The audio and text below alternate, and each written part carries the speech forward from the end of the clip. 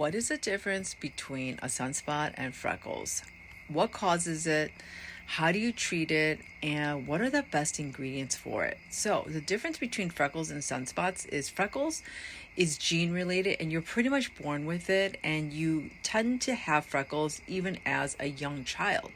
Where sunspots, a child does not get sunspots. So when a child has a lot of little, dots, it's typically freckles, because sunspots is years and years of UV damage.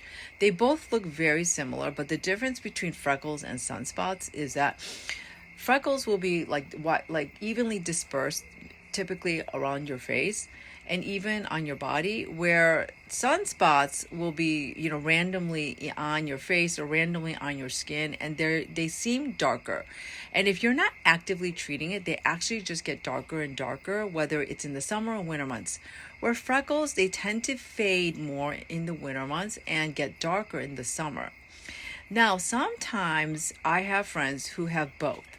So they also have freckles and they have a lot of sunspots. And the way I can tell between the two is that they're all also flat. And so is the sunspot, but the sunspot just looks really, really dark and just very it has a very even border.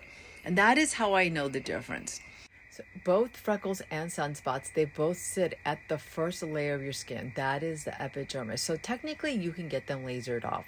However, the rebound is going to be way higher when it comes to freckles, because it's not really triggered by UV damage. And so it's just part of your gene and your makeup. And so you have a propensity for it to come back. No matter how vigilant you were with the sunscreen and the pigment suppressor, freckles, they might have a fighting chance. Highly doubt it. I really don't recommend lasering freckles. I think it's a beautiful part of who you are, and you need to embrace that natural beauty.